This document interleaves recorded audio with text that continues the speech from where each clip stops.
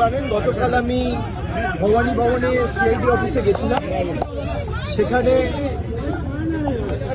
আমাকে প্রায় 5.5 ঘন্টা জিজ্ঞাসাবাদ করেছে তদন্তকারী সংস্থার প্রতিনিধি, এবং আমি তাদের সাথে সহযোগিতা করেছি। আমার লিগাল রাইট, আমি কোর্টে মুভ করব। কোর্ট আমাকে 6টার মধ্যে গতকাল ভবানী ভবনে সিআইডি হেডকোয়ার্টারে সশরীরে উপস্থিত থাকার জন্য নির্দেশ দিয়েছি। আমি কমপ্লাই করে প্রায় 12-13 মিনিট আগে, 6টার আগেই কালকে ভবানী ভবনে গেছি, এবং 11:30টার কাছাকাছি ইন্টারোগেশন প্রশ্ন উত্তর পর্ব শেষ হয়। প্রায় 5.5 ঘন্টা ধরে চলে, এবং আমাকে আবার সেখানে একটা নোটিশ দিয়ে আগামী 14 তারিখ অ্যাপিয়ার করার জন্য বলা হয়। আমি 14 তারিখ কলকাতায় আছি, আমি 14 তারিখ অ্যাপিয়ার করবো আবার। আমি কোনো তদন্ত এড়িয়ে যাইনি। আমাকে দিল্লিতেও তদন্তকারী সংস্থা যখন ডেকেছে আমি গেছি, কলকাতাতেও নিজাম প্যালেস হোক, এদিকে সিজিও হেডকোয়ার্টার হোক, ইডির কাছে হোক, আমি গেছি। আমি সবসময় তদন্তে সহযোগিতা করেছি, এবং আমার সামর্থ্য অনুযায়ী যতটুকু কেন্দ্রীয় তদন্তকারী সংস্থা বা এই মুহূর্তে দাঁড়িয়ে রাজ্যের গোয়েন্দা সংস্থা সিআইডির সাথে যেটুকু সহযোগিতা করা উচিত আমি নিশ্চিতভাবে করছি। আজকে আমাদের দলনেত্রীর বাড়িতে কিছু বৈঠক ছিল পূর্ব নির্ধারিত, সেখানে একাধিক বিধায়ক থেকে সাংসদ ছিলেন, এবং আমাদের মিটিংগুলো চলাকাল খুব সম্ভবত 4:30-4:45 নাগাদ যে সিআইডির একটা টিম এসেছে আবার কোনো একটা আলাদা মামলায় আমাকে নোটিশ দিত। তো আমি আমার সেক্রেটারির মারফতে তাদেরকে অনুরোধ করি যে আমি এই মুহূর্তে আমার বাড়িতে সশরীরে উপস্থিত নেই বলে আপনারা চিঠিটা অন্য কাউকে দিয়ে দিন, সে রিসিভ করে আমার পক্ষ থেকে নিয়ে নেন।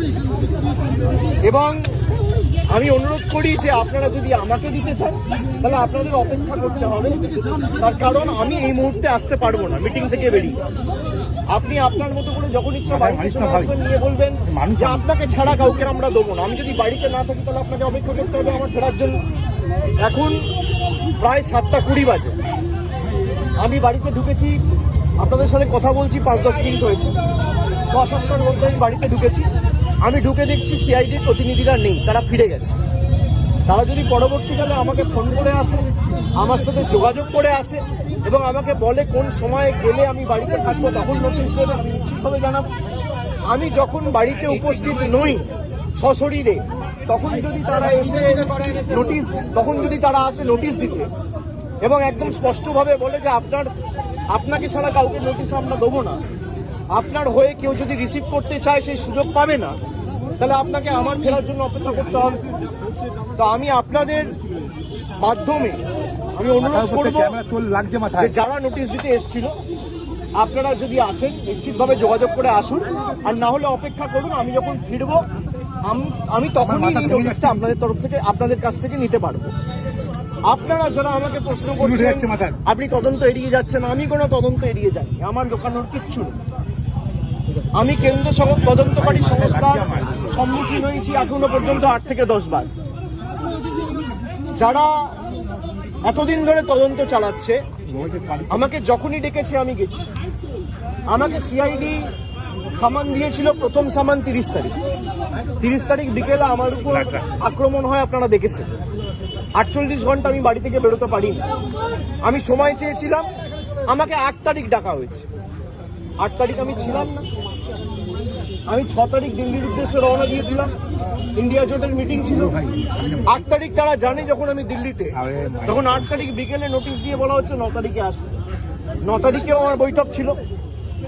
আমি গতকাল সঙ্গে সঙ্গে যখনই আমি কোর্টের নির্দেশ পেয়েছি আমি সঙ্গে সঙ্গে 6টার আগে গেছি, এবং তারা যে প্রশ্নগুলো করেছে আমি তো এখানে আলোচনা করতে পারি না, যদিও আমি দেখছি মিডিয়া অনেক কিছু বেরিয়েছে। আমায় কি প্রশ্ন করেছে তদন্তকারী সংস্থার কাছে আর আমার সাথে কি আলোচনা হয়েছে এটা মিডিয়ায় চলে আসছে। এবং আমি বাড়ি ফেরার আধ ঘন্টার মধ্যে আমাকে প্রথম প্রশ্ন কি করা হয়েছে, আমাকে দ্বিতীয় প্রশ্ন কি করা হয়েছে, আমাকে তৃতীয় প্রশ্ন কি করা হয়েছে, তার উত্তরে আমি কি বলেছি সব আমি দেখছি মিডিয়ায় রিপোর্ট হয়ে গেছে। আমি এটা নিয়েও আগামী দিন হাইকোর্ট মুভ করব। আমি যখন তদন্তে কি আলোচনা হয়েছে কারোর সাথে আলোচনা করছি না, তার মানে আমি ধরে নিতে পারি তদন্তকারী সংস্থার কাছ থেকে মিডিয়ায় এই খবরগুলো লিক হচ্ছে। যদি লিক হয়ে থাকে ইনভেস্টিগেশনের উদ্দেশ্য তো ঠিক না। সুতরাং আমি বারবার তদন্তকারী সংস্থা যেখানে আমাকে ডেকেছে আমি গেছি। আমি যদি কলকাতায় উপস্থিত না থাকি আমি তো যেতে পারি না। আমার সামর্থ্য অনুযায়ী যেখানে যখন প্রয়োজন হয়েছে যে মামলায় ডাকো। আর এখন সরকার পাল্টেছে, এরা বিভিন্নভাবে মামলায় আমাকে ট্যাগ করবে। আমি শুনেছি যে মামলায় আজকে আমাকে নোটিশ দিতে এসছে, আমি বলেছি 4 তারিখের পর ডিজে বাজে। আমি প্রশ্ন করতে চাই যে আমি যদি সত্যি কোনো ভুল বলে থাকি, আমি এই স্টেটমেন্টগুলো কবে করেছি? নির্বাচন চলাকালীন। নির্বাচন যখন চলছে, ল অ্যান্ড অর্ডার, আইন শৃঙ্খলা কার আন্ডারে? ইলেকশন কমিশনের আন্ডারে। মমতা বন্দ্যোপাধ্যায়ের আন্ডারে তো ছিল না। তাহলে তখন আমার বিরুদ্ধে এফআইআর হলো না কেন? ইলেকশন কমিশনের বিরুদ্ধে কমপ্লেন হলে ইলেকশন কমিশন আমার বিরুদ্ধে ব্যবস্থা নিল না কেন? তার কারণ আমি যদি ডিজে বাজানোর কথা বলে থাকি, দেশের স্বরাষ্ট্রমন্ত্রী বলেছেন তৃণমূলের লোকেদের উল্টো করে ঝুলিয়ে দিয়ে সোজা করে দেবে। প্রত্যেক ক্রিয়ার সমান এবং বিপরীত প্রতিক্রিয়া রয়েছে। আপনি বলবেন জ্ঞানেশ কুমারকে যদি আমার এগেনস্টে অ্যাকশন নিতে হতো তাহলে অমিত শাহর বিরুদ্ধেও অ্যাকশন নিতে হতো। অমিত শাহর বিরুদ্ধে অ্যাকশন নেবার ক্ষমতা ইলেকশন কমিশনের নেই, তাই আমার বিরুদ্ধেও অ্যাকশন নিতে পারেনি। সরকার বদলেছে, এখন মামলা হয়েছে। তাহলে আমার বিরুদ্ধে যদি মামলা হয় আমি ডিজে বাজাবো বলে, তাহলে অমিত শাহর বিরুদ্ধে এফআইআর হবে না কেন? আমরা তো কোর্টে মুভ করবো। তদন্তকারী সংস্থার কাছে রাজ্যের মুখ্যমন্ত্রী যদি এই কেস আমি বাংলা থেকে বহিরাগতদের আক্রমণ করেছি বলে আমার ভাষণে এই তদন্তভার সিআইডিকে দেওয়া হয়, তাহলে যে বহিরাগতরা এসে বাঙালিকে আক্রমণ করেছে সেই মামলার দায়ভার কেন সিআইডি বা সিবিআই কে দেওয়া হবে না? এই প্রশ্ন তো উঠবেই। এই প্রশ্ন তো এড়িয়ে যেতে পারে না। আপনারা এসব চাপের রাজনীতি, দল ভাঙানো আমরা অনেকদিন ধরে দেখছি। এসব করে কোনো লাভ নেই। 30 লক্ষ মানুষকে আপনারা ভোটার তালিকার বাইরে রেখে ভোট করেও তৃণমূল 41% ভোট পেয়েছে। 2,60,00,000 ভোট তৃণমূল কংগ্রেস পেয়েছে। তাদের প্রতিনিধিত্ব তৃণমূল কংগ্রেস করবে। এক চুল জায়গা তৃণমূল কংগ্রেস ছাড়বে না। থমকে চমকে সিআইডি দিয়ে, সিবিআই দিয়ে, দল ভেঙে, উৎসাহ করে, গায়ের জোরে কর্মীদের মিথ্যা মামলায় ফাঁসিয়ে, ফলস কেসে ইমপ্লিকেট করে, পার্টি অফিস দখল করে, বাড়ি ভেঙে, ঘর জ্বালিয়ে তৃণমূল কংগ্রেসকে দমিয়ে দেবো।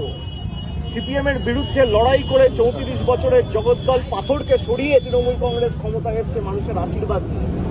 2011 সালের পরিবর্তন আর 2026-এর পরিবর্তনটা খালি একটু তুলনা করুন। মানুষের মধ্যে কোনো আবেগ নেই, স্বতঃস্ফূর্ততা নেই। 8টার পর রাস্তা শূন্য, ফাঁকা। বিজেপি বিজয় মিছিল বার করতে পারছে না। যারা বড় বড় ভাষণ দিচ্ছে, আমি বলবো রাজনৈতিক ভাবে মোকাবিলা করুন। মানুষ যদি আপনাদের জিতিয়ে থাকে, মানুষের জন্য কাজ করুন। মানুষ বুলডোজারের জন্য ভোট দেয়নি, মানুষ কর্মসংস্থানের জন্য ভোট দিয়েছে, শান্তি শৃঙ্খলা সম্প্রীতির জন্য ভোট দিয়েছে। মানুষ উন্নয়নের স্বার্থে ভোট করুন। উন্নয়ন, দিল্লির সাথে লড়াই করে টাকা আনুন। আপনারা ভোটের আগে বলেছিলেন অন্নপূর্ণা ভান্ডার, আর ভোটের পর মানুষ দেখছে বুলডোজার। এই বিচারিতা তো চলতে পারে না। আমি মিডিয়ার বন্ধুদের বলবো, কোনো স্পেকুলেশন, কোনো আলোচনা না করে যদি কেউ ভুল তথ্য পরিবেশন করেন, আমরা কিন্তু বাধ্য হব হাইকোর্ট, সুপ্রিম কোর্ট অবধি যেতে পৌঁছাতে। আপনাদের দায়িত্ব, আপনারা সঠিক তথ্যটা মানুষের কাছে উপস্থাপিত করবেন, পরিবেশন করবেন। আপনারা রটনাকে ঘটনা বানিয়ে দেখাবেন না। আমার সাথে তদন্তকারী সংস্থার কি কথা হলো, আমার সাথে অন্য কারোর কি কথা আপনি দেখিয়ে দিচ্ছেন। আমার সাথে রাহুল গান্ধীর মিটিং হয়েছে, তৃতীয় ব্যক্তি কেউ নেই। আমি আর রাহুল গান্ধী কি কথা হয়েছে আপনারা জেনে গেছেন। আমি মিডিয়ার সাথে কথা বলবো। আপনারা জানছেন কোথেকে? আপনারা আপনাদের মতো স্পেকুলেট করে খবর যা পাচ্ছেন বলে দিচ্ছেন।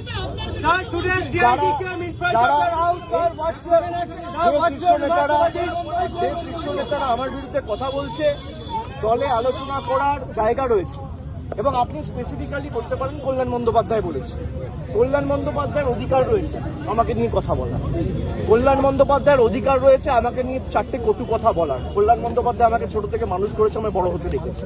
আমি এই কথাগুলো নিয়ে খারাপভাবে নিই না। ওনার একটা ঘটনা হয়তো খারাপ লাগতে পারে, উনি বলেছেন, কিন্তু আমি আমার কোনো ব্যক্তিগত ক্রোধ বা আমার কোনো ব্যক্তিগত ক্ষোভ কল্যাণ বন্দ্যোপাধ্যায়ের বিরুদ্ধে নেই। আমি তাকে আগেও সম্মান করতাম, আগামী দিনেও।